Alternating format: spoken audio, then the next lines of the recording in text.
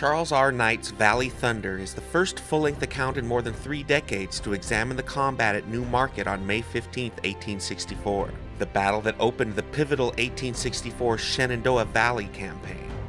According to award-winning historian William C. Jack Davis, the only way we will get a better account is if the soldiers themselves come to life and give it to us from their own lips.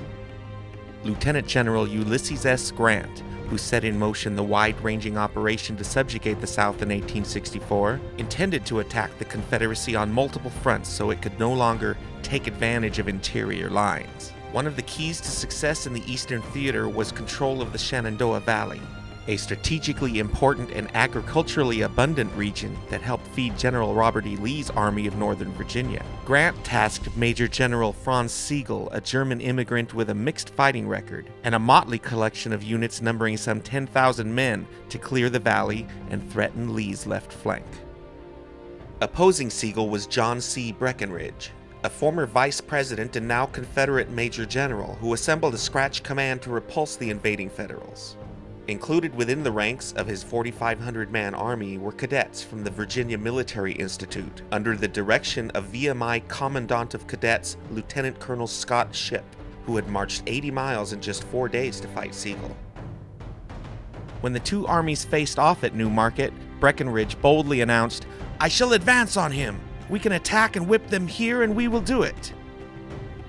As the general rode by the cadets, he shouted, "Gentlemen, I trust I will not need your services today, but if I do, I know you will do your duty." The Confederates attacked, driving back the Federals from their advanced positions.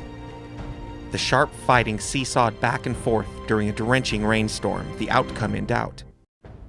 At a key moment in the fighting, Breckinridge decided to call upon the young VMI cadets, who were dramatically inserted into the battle line to repulse a Federal attack and then launch one of their own. Together with other Confederates, the Southern Army broke Sigel's defensive line. The Confederate victory drove Union forces from the valley, but they would return, reinforced and under new leadership, within a month. Before being repulsed, these Federals would march over the field at New Market and capture Staunton, burn VMI in Lexington, partly in retaliation for the cadets' participation at New Market, and very nearly capture Lynchburg. Operations in the valley on a much larger scale that summer would permanently sweep the Confederates from the breadbasket of the Confederacy. Valley Thunder, the Battle of New Market, is based upon years of primary research and a first-hand appreciation of the battlefield terrain. Knight's balanced and objective approach includes original maps, a detailed examination of the complex prelude leading up to the day of battle, traditional footnotes, and 8 fascinating appendixes. His entertaining prose introduces a new generation of readers to a wide array of soldiers, civilians, and politicians who found themselves swept up in one of the war's most gripping engagements. Charles R. Knight is a native of Richmond, Virginia.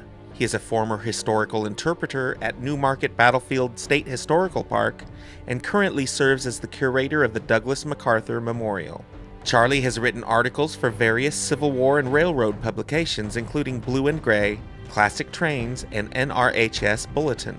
He lives in Norfolk, Virginia, with his wife and son. Available nationwide at fine bookstores everywhere, online at Amazon, or directly from the publisher with original signed author book plates at no extra charge.